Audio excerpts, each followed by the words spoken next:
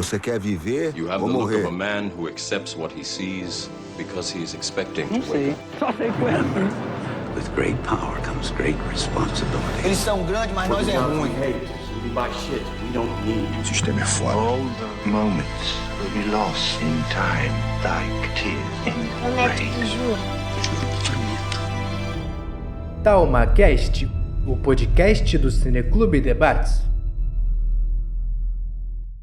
Oiê, hoje eu tô aqui com uma convidada ilustre que fez faculdade, mestrado e doutorado na USP, que é a Ana Cecília Soja. Bom, tô aqui, agradeço o convite para estar aqui, Isadora. Como você falou, eu sou a Ana, eu sou professora de Física aqui no Instituto Federal Fluminense há 3 anos. Eu comecei minha carreira me formando em Física e segui pela área de pesquisa, com mestrado, doutorado na área de Astrofísica. E desde que eu concluí as minhas pós-graduações, eu atuo como professora na educação básica e me divido entre atividades de ensino, pesquisa e extensão. Então, a gente tá aqui hoje no Pod Studios para continuar a linha temática que começou com o Yuri, que é a do Mundo pro IFE, que a gente entrevista os professores e descobre um pouco mais sobre a vida deles. E eu confesso que a Ana era um dos que eu tava mais ansiosa para fazer, porque ela já... Quantos países já conheceu, Ana? Não só por isso, claro, ela é uma pessoa muito cativante, né? Mas esse detalhe me intrigou bastante. Quantos países você já conheceu? Olha, a gente não devia ficar contando, mas a gente conta, né? Foram 34. Quando eu crescer, eu quero ser igual a Ana Cecília, tirando a parte da física, que essa não é muito a minha praia. Mas eu queria começar falando um pouco mais sobre o processo do vestibular pra você, porque eu lembro que nas aulas você falou algumas vezes que você sempre quis fazer física, que sempre foi uma certeza pra você. E eu nunca tinha visto alguém falar isso, assim, foi a primeira vez. Aí eu queria saber como que começou essa paixão, assim, por física. Bom, talvez seja meio inexplicável, e agora eu vou entregar um pouco de idade. Porque quando eu era criança, existia uma revista, gente, as pessoas liam revistas. Lembro de, aos meus 6, 7 anos, ali entre 94 e 95, tá lendo essa revista e descobri na leitura que tinha sido descoberta uma nova partícula fundamental da física, o tal do quark top. E eu achei aquilo sensacional. Eu falava, nossa, as pessoas passam a vida delas estudando para descobrir uma partícula. Eu achei isso incrível. Eu entendi a matéria do alto da minha inteligência, aos 6, 7 anos, né? Mas eu achei que eu entendi a matéria. E eu falei, é isso que eu quero fazer o resto da vida. Eu quero estudar e descobrir coisas novas. E aí, quando chegou na época de decidir o vestibular, apesar de eu ter várias paixões, outras coisas que eu gostava muito de história, gosto até hoje. Eu gosto muito de literatura. Então, tenho uma paixão por literatura, gosto de ler, gosto de estudar literatura. Então, é uma coisa também que me interessa muito. Eu não tinha dúvidas que o que eu queria seguir como carreira era a física, e não qualquer ciências exatas, a física especificamente. Eu só mudei um pouquinho no meio do caminho, porque eu tinha muita certeza da física de partículas, e aí eu mudei de ideia e acabei na astronomia. Como que foi também o período do vestibular? Tipo assim, pra estudar, você chegou a fazer algum cursinho? Eu fui uma boa aluna durante toda a minha formação, daquela bem nerdzinha, né, que tirava 10, se tirava um 9,5 chorava no cantinho. Não tenho orgulho disso, tá? Mas era assim que eu era. Então, assim, eu não fiz uma grande preparação pro vestibular. Eu tinha muita autoconfiança de que ia dar certo. Eu nem fiz simulados no 2º ano, eu fui com a cara e com a coragem no 3º ano. Eu nunca tive dúvidas que eu ia passar. Física não é um curso tão concorrido, tem isso também. Então, a minha preparação foi ler os livros com muita atenção. E no final, eu fiz um cursinho, que era um cursinho muito específico, um cursinho popular. Meus pais também não tinham dinheiro para pagar um grande cursinho. Eu sempre estudei em escola particular, mas era só isso, não tinha como fazer coisas extras. Então, eu não consegui fazer um cursinho de anos e super renomado e coisa assim. Então, eu fiz um cursinho de 4 meses, que era aula aos sábados. Era aula, eu lembro até hoje, das 7 da manhã às 7 da noite, todo sábado, de agosto a novembro. Os vestibulares eram no meio ali de novembro. E aí foi muito interessante, porque foi ali que eu aprendi que, apesar de eu saber muita coisa, eu não sabia fazer uma prova de vestibular. Então, ele foi muito útil, não para me ensinar coisas, mas para me ensinar a fazer uma prova. E até uma coisa muito emocionante para mim, que não influenciou na minha decisão, mas o sonho do meu pai era fazer física. Nossa, e na época dele, ele não conseguiu fazer física. Porque não conseguiu passar, não era um curso que era muito acessível na época dele, né? Meu pai fez faculdade nos anos 60. Então, a gente está falando de uma outra época. E ele fez matemática. E sem eu saber disso, que era o sonho dele, porque ele sempre foi muito correto de não tentar influenciar, não tentar direcionar, quando eu fiz física foi um grande orgulho para ele. E os meus 3 diplomas ficavam no quarto dele. Ele fez xerox autenticada dos meus diplomas, guardava assim, toma aqui a xerox autenticada, o diploma tá aqui. Mas durante muitos anos, os meus 3 diplomas ficavam nos quadrinhos no quarto dele. Porque era importante para ele, era o sonho dele fazer física na USP. E eu meio que realizei. Você tinha alguma referência nessa época? Porque eu entendo que é uma área também que é muito dominada por homens, principalmente. Então, você tinha alguma referência feminina? Não, naquela época acho que era mais difícil ter essas referências. Então, sim, era sempre homens. E mesmo as cientistas mulheres eram pouquíssimo faladas. Então, hoje é mais comum que uma aluna saiba que existe uma Marie Curie. Na minha época, com menos acesso à informação que a gente tinha, isso não era tão difundido. Mas eu costumo brincar que eu me considero feminista desde criancinha, que aos 8 anos eu lembro que eu escrevi um texto para minha mãe e levei para ela porque eu tinha achado a solução dos problemas do mundo. Eu falei, olha, eu vou colocar isso aqui, mas por favor, gente, não me processe. Mas aos 8 anos eu achei brilhante a ideia de que era só matar os homens, que estava tudo resolvido. Porque eram os homens que faziam guerra, eram os homens que faziam todas as tranqueiras do mundo, matava todos, né? Congelava formas da gente se reproduzir e tava tudo resolvido e fazia um mundo de mulheres. Minha mãe achou a ideia genial e ela falou assim pra mim, do alto da sua sabedoria, a mamãe falou pra mim, tá, mas você quer matar o seu pai e o seu irmão? Não, esses não. Falei, então sua teoria tem um problema, né, filha? Aí eu olhei, vi o quanto era sábia a minha mãe e remodelei essa teoria. Mas eu sempre tive muita confiança em mim e eu sempre tive muita noção, por gostar muito de literatura e gostar muito de literatura de mulheres, de entender o papel da mulher, isso era uma consciência que eu tenho desde pequena. Então eu sabia que ia ser difícil e eu sabia que eu ia enfrentar isso, então eu já fui com o pé na porta. Então, eu até brincava, que eu brinco hoje, falaram, não, eu sou bonita, eu gosto de rosa, eu sou menina e eu sou inteligente e eu mereço estar aqui. Então eu nunca tentei me vestir de uma forma diferente, eu nunca tentei ser diferente. Não, eu ia pra sala, pra faculdade de salto alto, toda de rosa, sentava lá com a minha caneta de penas e pompons e falava, eu vou aprender cálculo e vai ser no pompom. E isso eu carrego, as minhas apresentações todas em rosa e trazendo que sim, eu sou uma mulher, não deixei de ser mulher, não acho que toda mulher deve gostar de rosa, mas eu sou uma mulher que gosta de rosa e eu não devo ser desmerecida por isso. Então eu sempre carreguei isso desde o meu primeiro momento na faculdade. Aí você acha que por você ter sido mulher, você já passou por alguma situação assim que você precisou de se impor, você precisou dessa confiança pra se impor? Porque eu vejo que isso é uma grande dificuldade, assim, porque a mulher, além de ter que ser muito boa e às vezes muito melhor do que um homem pra receber um lugar, ela também tem que saber se impor muito bem pra ter um lugar, né? E aí você teve alguma situação específica que você passou por isso, assim? Olha, na graduação, no mestrado e no doutorado, a gente coleciona histórias de momentos de assédio, de momentos de professores virarem e falarem pra você, não, você não vai aprender isso porque mulher não aprende matemática. Você não vai conseguir fazer isso porque não adianta. Ou então, às vezes até de colegas meninas. Uma vez uma colega menina, eu tinha ido bem numa prova, não lembro mais nem de que matéria era, mas a fala dela me marcou, que ela olhou pra mim e falou, se eu tivesse esses olhos verdes, eu teria tirado a mesma nota. Dando a insinuar de que foi alguma característica física minha que fez aquele professor se motivar a dar uma nota, como se nota fosse dada desse jeito. E são falas que vão marcando, mas você vai endurecendo. Então, acho que ser mulher nas ciências exatas ou ser mulher em qualquer posição vai sempre te cobrar isso.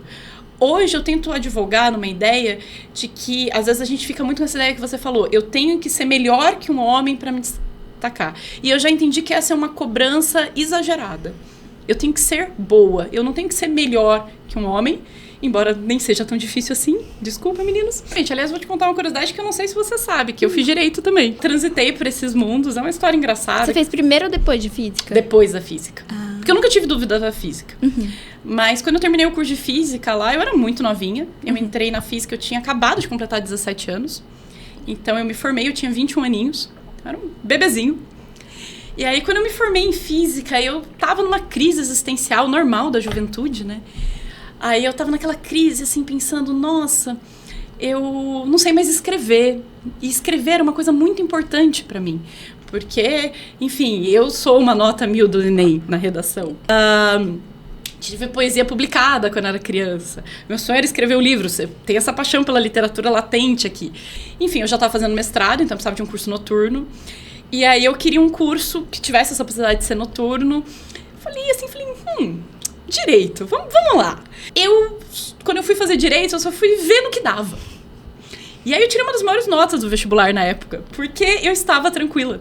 E eu já tinha feito uma graduação. Então, por exemplo, eu não ia errar uma questão de física, matemática ou química, não ia acontecer.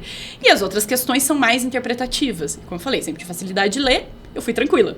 Li os livros, pra dizer que eu não fiz nenhuma preparação, eu li os livros, né? Que era a parte prazerosa ainda, nem foi problema. E aí eu fui fazer a prova com muita alegria, passei, tranquila, e eu fiz um ano de direito. Parei, porque depois que é muito difícil coordenar mestrado, uma segunda graduação. Eu me diverti muito no direito e eu me diverti muito no vestibular. Eu nunca ouvi essa frase na minha vida, juro por Deus. Você também tinha falado que você tinha feito o bacharelato, né? Você não tinha intenção de ser professora quando você se formou. Aí você pensava em ficar na área de pesquisa? Eu me formei, porque na USP a gente podia fazer ou bacharelado ou a licenciatura, fazer os dois ao mesmo tempo era muita loucura, e fazer depois significava mais 2 anos de graduação. Então, quando eu terminei 4 anos e meio, eu não aguentava mais. Eu queria seguir a vida, sabe? Queria sair daquele ambiente. Nada contra, mas nada a favor. Né? Vontade de crescer. Então, eu nunca tive interesse em fazer a licenciatura. E isso, assim, eu respeito muito a licenciatura. Hoje eu faço mais pesquisa e ensino do que pesquisa básica. Mas, na época, eu não conseguia ver uma motivação profissional mesmo para fazer a licenciatura. Porque, tendo só o bacharelado, eu podia, sim, dar aula. Então, não tinha essa motivação... Não, você só pode dar aula se você fizer a licenciatura. Como o bacharelado abria, mas só a licenciatura... Era só a licenciatura? Como só a licenciatura é mais difícil só fazer pesquisa, eu optei por bacharelado. E não tive interesse em fazer licenciatura, porque, na época, eu acreditava que eu queria apenas fazer pesquisa. Mas a gente muda. Aí, mas o que te fez mudar de ideia? Você ficou quanto tempo na pesquisa, assim, pra mudar de ideia? Foram 7 anos, 2 anos e meio de mestrado, 4 anos e meio de doutorado. E assim, eu vou falar uma coisa muito sincera, razões econômicas. Terminei o doutorado, não havia oportunidades, as oportunidades eram difíceis, as oportunidades pagavam pouco na época, e aí a gente já está falando que quando eu terminei, né, o doutorado, eu já tinha 29 anos, e eu queria... Sempre ganhei dinheiro, sempre fui bolsista durante todo esse período. Então já ganhava dinheiro, trabalho remuneradamente desde que eu tenho 18 anos, me sustento desde os 20 e poucos anos. Mas aí eu queria ganhar mais. Eu queria, né, ter um padrão de vida melhor, eu queria comprar um carrinho, eu queria, sabe, realizar sonhos de consumo. Então, nesse momento, a licenciatura, dar aula, rendia mais dinheiro e não me impedia de continuar na pesquisa. Então, a principal motivação foi econômica. E era o que eu precisava, conseguir custear a minha vida para estudar, para passar para concursos. E foi o que eu fiz durante o ano de 2017 e 2018, né? Eu defendi meu doutorado em junho de 2017 e eu fiquei 2017 e 2018 dando aulas em escolas particulares muito boas, uma experiência incrível. E tentando a vaga, tão sonhada vaga no emprego público, que era a carreira que eu queria, era a carreira que eu gosto de estar, que é a carreira que a gente chama de EBTT, né? Então, eu sou da educação básica, técnica e tecnológica, e as minhas funções se dividem entre 3, pesquisa, ensino e extensão. Então, essa possibilidade, essa flexibilidade foi o que me atraiu. Nossa, muito legal. E aí, depois você foi primeiro Você tinha falado que você tinha dado aula no Rio Grande do Sul. Você foi pra um IFE primeiro? Mato Grosso do Sul. Aí, depois você veio pra cá? Isso. Nossa, de São Paulo. Você caiu de paraquedas aqui, né? Como que foi essa experiência, assim, de sair de São Paulo pra Bom Jesus? Nada contra nenhum dos dois, mas é porque é completamente diferente, né? Olha, os projetos dos institutos federais... Eu conheci os institutos federais por muito acaso na vida. Então, eu defendi o mestrado em 2011... Em 2012, eu recebi um e-mail, assim, que todos os mestrandos recebiam, convidando para ser avaliador de ciência. E assim, como uma amiga minha disse essa semana, não sei se vai poder colocar, porque são palavras um pouco indelicadas, ela falou que eu não posso ver um buraquinho acadêmico, que eu me coloco nele. Ai, eu vi que você botou isso no Instagram mesmo. Uma grande amiga falou isso essa semana de mim, porque eu tava num congresso de semiótica, que não tem nada a ver com física, semana passada, e aí foi assim que ela me definiu. E aí, essa é a minha característica, porque eu sou muito animada, eu gosto muito de ciências humanas, ciências exatas, eu gosto de ciências, eu gosto de aprender. Aí eu vi aquele convite, e o que eu fiz? Vi o buraquinho, entrei nele. Literalmente foi isso que eu fiz, e eu fui lá ver feiras de ciência. E foi lá em 2012, na Feira de Ciências, a FEBRACE, Feira Brasileira de Ciências e Engenharia, que eu conheci o que era o Instituto Federal. Eu não sabia que existiam institutos federais. E aí que eu conheci a carreira, porque eu vi muitos projetos de institutos federais. E eu vi as crianças, né, com uniforme aqui, eu falava, ué, o que é isso? Que eu nunca ouvi falar. O que é esse F? O que tá acontecendo? E foi lá que eu conheci. E aí lá que eu descobri que tinha educação básica e que tem todo esse projeto de interiorização do Brasil, de tirar alguém e pagar um salário digno para alguém que se formou numa grande universidade, que tem condições de morar numa grande cidade, de ganhar um salário digno numa grande cidade, de ter um salário atraente, que seja atraente tirar essa pessoa de um grande centro e trazê-la para o interior. Para quê? Para que todo mundo possa ter contato com alguém que teve essa experiência. Não que eu seja melhor ou pior que os outros colegas. É simplesmente para diversificar as experiências. É você ter a chance de ter aula, de conviver com alguém que sempre viveu aqui e conhece essa localidade como ninguém, e ter a chance de alguém que nunca viveu aqui, e aqui é quase como um estrangeiro com a única vantagem de falar a mesma língua. E isso é muito rico de aprendizado. Eu falei, eu quero fazer parte disso. E aí eu fui prestando concurso pra tudo que é canto do Brasil. Já não gosto de viajar, né? Não gostava muito, então pegar avião e ir prestar prova, eu ia pra Brasília, fiz concurso em Brasília, fiz concurso no interior de Goiás, fiz concurso em Natal, tava na praia de manhã à tarde fazendo concurso. E fiz concurso pelo Brasil inteiro. E assim, o primeiro que chamou, levou. Basicamente foi isso. Que foi o Mato Grosso do Sul, eu fiquei 3 anos lá. E aí foi muito legal a experiência. Não tenho nada, só carinhos pra lembrar de lá. Mas aí era muito longe. E eu achei que 3 anos foi suficiente e eu queria uma localidade mais perto. Surgiu a oportunidade de vir pra cá, caí aqui. Sempre gostei daqui, gosto das serrinhas, gosto do clima, gosto das pessoas.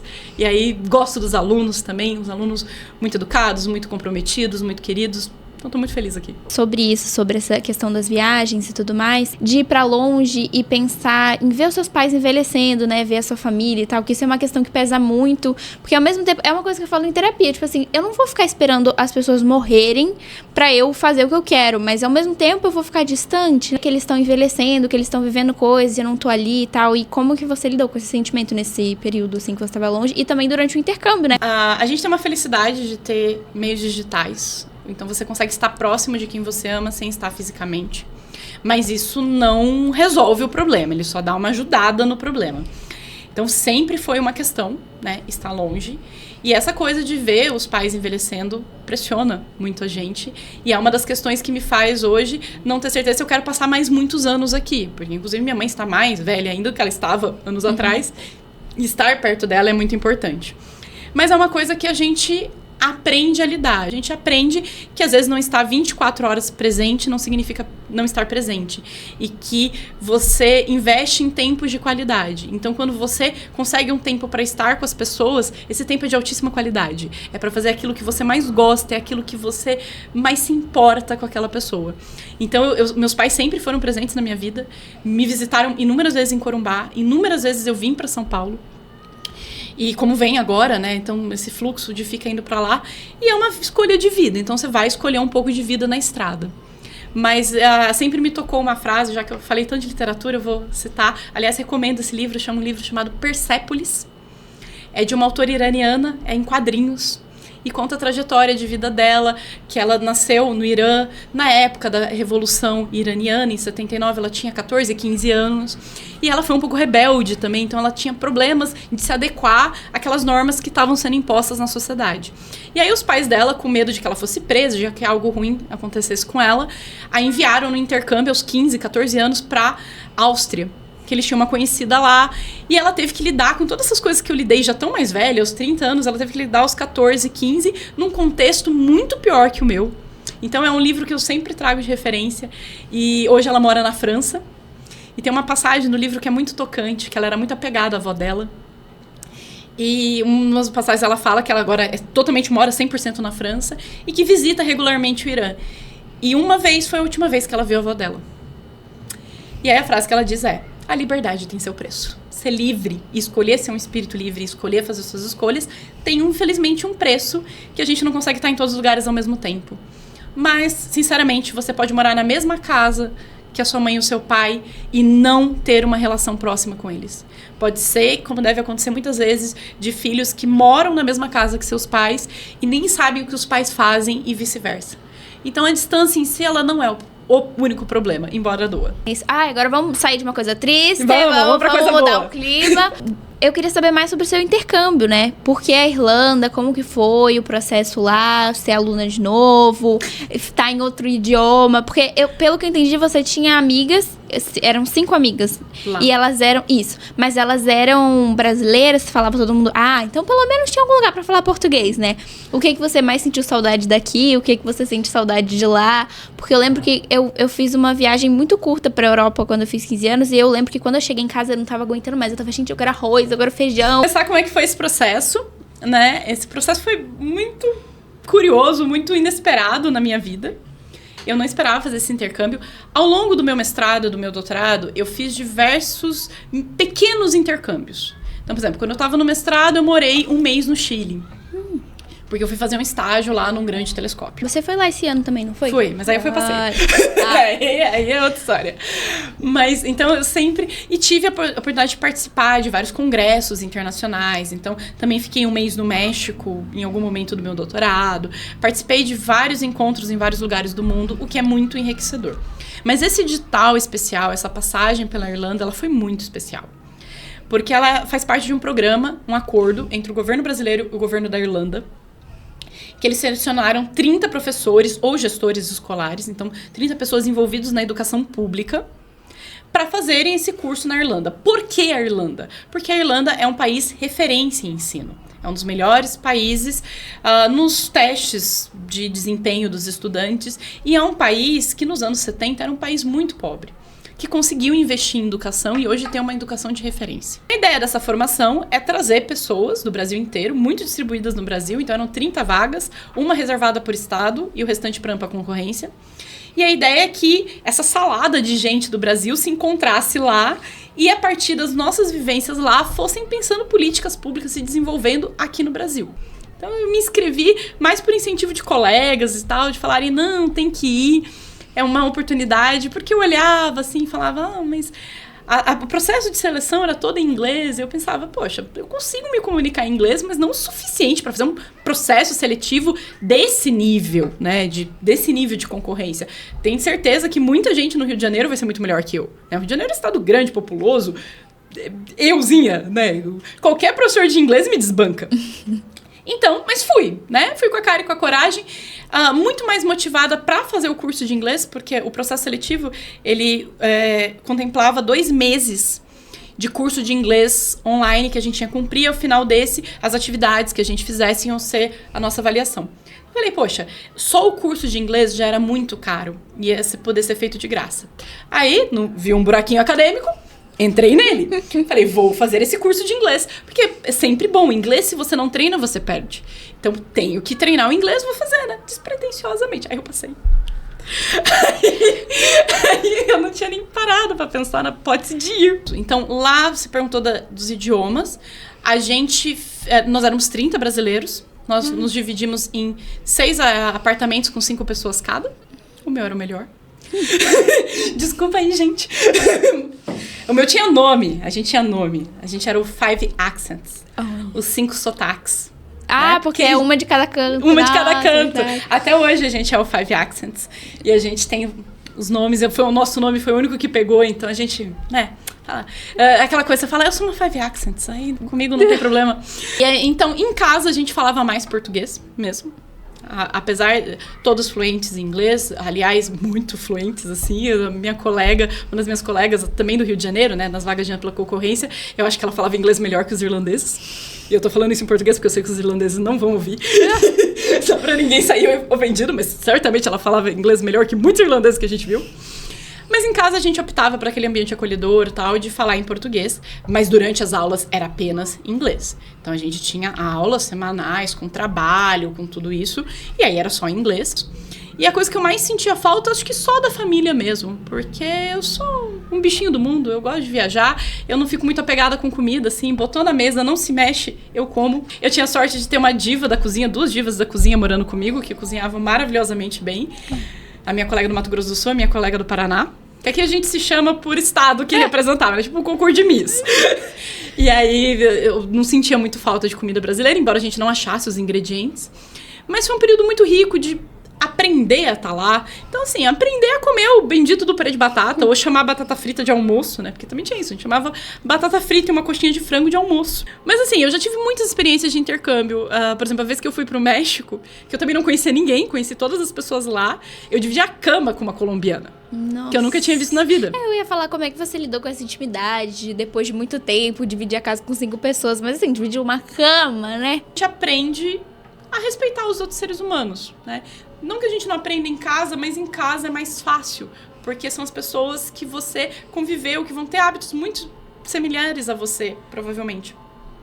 Mas no meu caso lá, a gente simplesmente aprendeu. A gente nunca brigou por um copo sujo. Nossa, excelente. Mas desde o começo a gente teve conversas muito claras. Do que a gente ia fazer, como a gente ia fazer, os nossos limites foram muito bem estabelecidos, as questões financeiras foram muito colocadas, porque a gente morava na casa, a gente tinha que fazer compras, né? E aí, como é que vai ser? A gente vai comprar uma manteiga para cada uma ou a gente é capaz de dividir uma manteiga? Isso é uma questão, assim, que parece tão trivial, mas quando você mora fora, tá, tem um cacho de bananas, cada uma vai ter o seu cacho, ou as bananas, ou compra-se um cacho, tem que comprar um cacho de 5 bananas, e cada uma tem, e se eu não comer, apodrece, mas ninguém come a minha. São coisas, assim, parecem triviais, mas vocês vai tendo que aprender a lidar. É, senão dá um desgaste. Dá um desgaste enorme. Daqui a pouco você tá brigando por papel higiênico. E aí, quando você fala de família, eu vou contar o caso da minha colega, que deixou o filho de 2 anos pra fazer esse intercâmbio. Nossa. Porque era uma coisa importante. E não porque ela não amava o filho. Ao contrário, ela estava se qualificando pra dar Uma vida melhor melhores condições pro filho. Não que ele não tivesse boas, lógico que tem. Uma gracinha o Sebastião. E aí a gente vira família. E esse acolhe. Então esse acolhimento entre os brasileiros é muito importante. E a gente viu isso nas outras pessoas. A gente conheceu outras pessoas que moravam na Irlanda, brasileiros.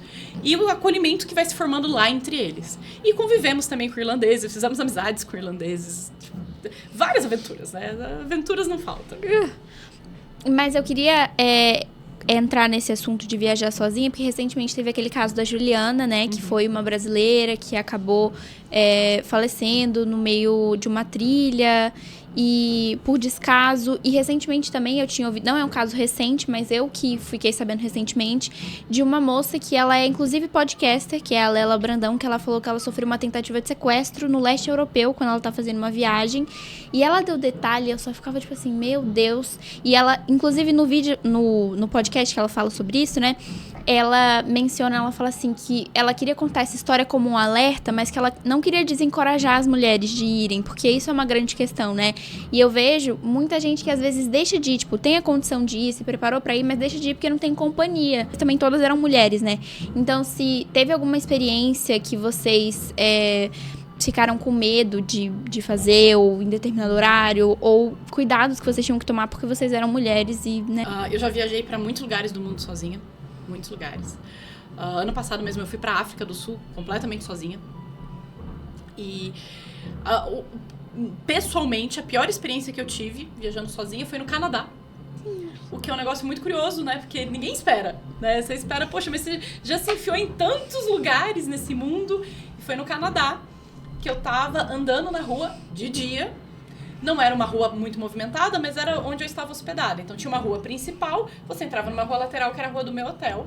E um rapaz me segurou pelo braço, do absoluto nada. Eu estava andando na rua, ele me segurou pelo braço e tentou me arrastar para algum lugar.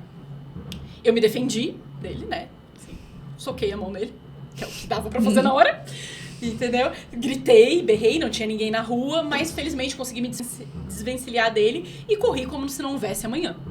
Essa foi a questão. Foi a coisa mais grave que eu passei. Mas, assim, eu gostaria de não desencorajar ninguém a viajar sozinha, porque eu acho que riscos são inerentes à vida. Se você não se arrisca, você vai deixar de viver muitas experiências. Mas isso não é um convite ao risco sem nenhuma medida. Então, por exemplo, quando eu fui ao Chile, a minha primeira viagem internacional sozinha, eu tinha 22 anos. Foi minha primeira viagem internacional, na verdade. E eu fui pro Chile, uma cidadezinha, completamente sozinha. E aí eu tive que tomar alguns cuidados. O principal cuidado que eu sempre tomo, andar em ruas sempre movimentadas. evitar ruas que não são movimentadas se você pode evitá-las. E, infelizmente, não sair à noite sozinha. Que foi, por exemplo, ano passado eu estava em Istambul, também fui sozinha, um país muçulmano, o que não é um problema, não é uma questão, mas um país diferente da minha cultura, então um país onde se veste, as mulheres têm que se vestir de véu. Eu optei por não usar o véu, porque Istambul é uma cidade muito cosmopolita, então tinha muitas mulheres sem véu. Eu não me senti, coagida não é a palavra, mas não senti incentivada, não senti essa vontade de usar um elemento que é um elemento de uma fé que eu respeito e não é a minha. Mas por causa disso eu sofri muito assédio na rua. Muito assédio. De você estar andando na rua em pleno dia, na praça super movimentada, onde fica a Mesquita Azul, onde fica a Hagia Sofia, ponto turístico de Istambul. Eu tava andando, aí vem alguém, um homem sempre, né? Passa a mão na cintura, então me abraça pela cintura e começa a perguntar, where are you from? E aí vai, de onde você é? Eu vou chutar, se eu adivinhar, você me dá um beijo? E coisas assim, e você só gentilmente se desvencilhando. Eu não me senti muito ameaçada porque tinha um carro de polícia logo ali. Então eu tava de olho na polícia, uma região turística muito movimentada. Eu sempre opto por não me afastar das regiões turísticas. Mas eu tenho histórias e histórias de assédio. Por exemplo, no Japão, 2 anos atrás, muito calor. Peguei uma onda de calor no Japão. Então eu estava muito pouco vestida, porque estava muito calor. Eu estava de um short, também uma regata, também nada explosivo, apenas um shortinho, uma regata, porque estava calor, coisas de 40 graus, e aquela coisa meio de turista, meio perdida andando na rua. Eu não estava sozinha na viagem, essa viagem para o Japão eu fiz com meu marido, mas eu estava sozinha naquele momento. Eu estava na esquina procurando, sabe, meio perdida, turista, procurando o que eu ia fazer. Aí apareceu um japonês e perguntou para mim quanto era o programa. Aí tive que mandá-lo, né, procurar o que fazer no meu inglês ali, que saiu na hora, mas várias vezes. Então, momentos de assédio você vai encontrar em vários momentos. O que eu evito? Andar sozinha à noite, em qualquer lugar do mundo, e tentar as áreas movimentadas, sempre estar de olho, e sempre ter alguém que saiba onde você está, sempre ter um localizador, então meu celular é localizável, minha mãe localiza, meu irmão localiza, meu marido localiza, minha sobrinha localiza, todo mundo me localiza, que eu não tenho problema de dizer onde eu tô. E aí, está sempre informando o que você está fazendo, ter pessoas de confiança. Mas os riscos são inerentes. Eu já sofri assédios, todos esses assédios que eu relatei, ou no Canadá, que felizmente nenhum se concretizou para coisa pior. Todos esses assédios eu não sofri nada grave, mas não estaria impedida de sofrê-los no Brasil. Então, eu não acho que, tirando alguns casos de zonas de guerra, lugares quando os direitos humanos não são respeitados em hipótese alguma, de resto, você tá dentro dos limites. Isso deve tomar os cuidados que você tomaria numa grande cidade brasileira. Esse negócio da viagem foi uma coisa que me marcou muito, justamente porque eu tava ouvindo esse episódio da Lela, que ela contou mais sobre essa tentativa de sequestro, que aconteceu na Europa, né? Que não é um país que tem tanto esse estereótipo da coisa e tal. E foi... Nossa, assim... O relato é horrível, porque ela falou que ela foi há uns tempos atrás, né? Então, não tinha aqueles chips de internet. Eu não sei se já aconteceu com você dessa época de não tem como te localizar, não tem como você conversar com alguém, pedir um socorro. Uma coisa que me pegou muito, assim, porque aconteceu também no caso da Juliana, de quando ela foi, sempre questionarem ela. Tipo, o que ela tá fazendo lá? Mas também, né, fazendo isso, aquilo, tipo, sempre atribuindo a culpa à mulher. Inclusive, na hora que você tava falando do Japão, né? Quando você foi falar do assédio e tal, que você tava pouco vestida porque tava calor, você ainda detalhou a sua roupa, tipo, já é uma coisa que tá tão internalizada que você tem que justificar de tudo, sabe? Mas como eu falei, quando você tem essas conversas, você entende que você tem que aprender a tomar o cuidado. Eu viajei muito, essa história que eu contei do Canadá é muito antiga, é da época antes de celular mesmo, né? Não de não ter celular, já tinha o celular, mas não tinha esses chips internacionais. Então você ia pra um país onde tinha Wi-Fi, você se comunicava, mas fora dali, nada. Então são questões que a gente... felizmente hoje já são mais fáceis. Eu acredito que a gente como mulher vai ser sempre questionado, né? Faz sempre, talvez eu esteja sendo pessimista, mas durante a minha escala de vida eu vou estar sujeita a essas questões. Por que não estava com o marido? Por que naquele momento eu estava naquela esquina, vestida daquele jeito, sem estar com meu marido? E tem situações completamente curiosas. Por exemplo, uma vez que eu estava na Índia, essa quem sofreu assédio foi o meu marido. Porque eu estava na Índia, vou descrever a roupa de novo, essa eu estava assim, brega, gente. Não, nem é porque era curto que estava frio, mas eu estava brega. Eu estava feliz da vida com um shortinho de couro verde, uma meia de oncinha, E a camiseta acho que era bege, mas assim, breguíssima total, causando na Índia. Sabe, no dia que, sei lá, abandonei as noções estéticas e fui ser feliz. Mas, novamente, na Índia, um país onde as mulheres se cobrem muito mais, eu estava muito coberta porque estava frio, mas com roupas chamativas e com o cabelo à mostra sempre.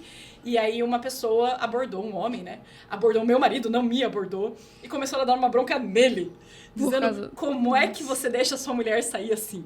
Ainda na Índia, num dia muito menos brega, que daí eu tinha, né, acordado mais inspirada, então vestida mais decentemente, uma calça jeans, assim, uma blusinha mais ok.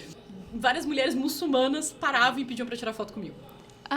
Uma coisa extremamente curiosa, mas acontece, porque daí é uma diferença cultural. Então você tá sujeito a momentos tensos, e é o que eu falei, dá pra evitar, mas dá pra evitar em algum lugar?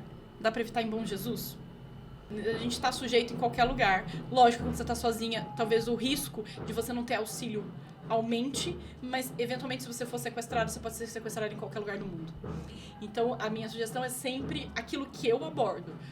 Não se colocar num risco que você não se colocaria no Brasil. Então se você não vai andar pelo centro do Rio de Janeiro às 10 da noite, não existe sentido em você andar pelo centro de Istambul às 10 da noite, por mais seguro que seja. Então são essas restrições, que são as restrições de horário, que são meio chatas, porque, enfim, você tá gastando em euro, você quer aproveitar tipo, você não quer dormir, né? A sua soneca, ela custa em euro, então você não quer dormir. Mas são coisas que a gente tem que colocar. Então é isso, Ana. Eu queria te agradecer muito por esse bate-papo, por ter aceito. E é isso, gente. Eu queria pedir pra vocês acompanharem a gente em todas as redes sociais. Então é isso, gente. Tchau! Você ouviu o TalmaCast, o podcast do Cineclube Debates. Não esqueça de curtir e compartilhar esse episódio. Os links para seguir a gente nas nossas redes sociais e o link do site para acompanhar o projeto está aqui na descrição.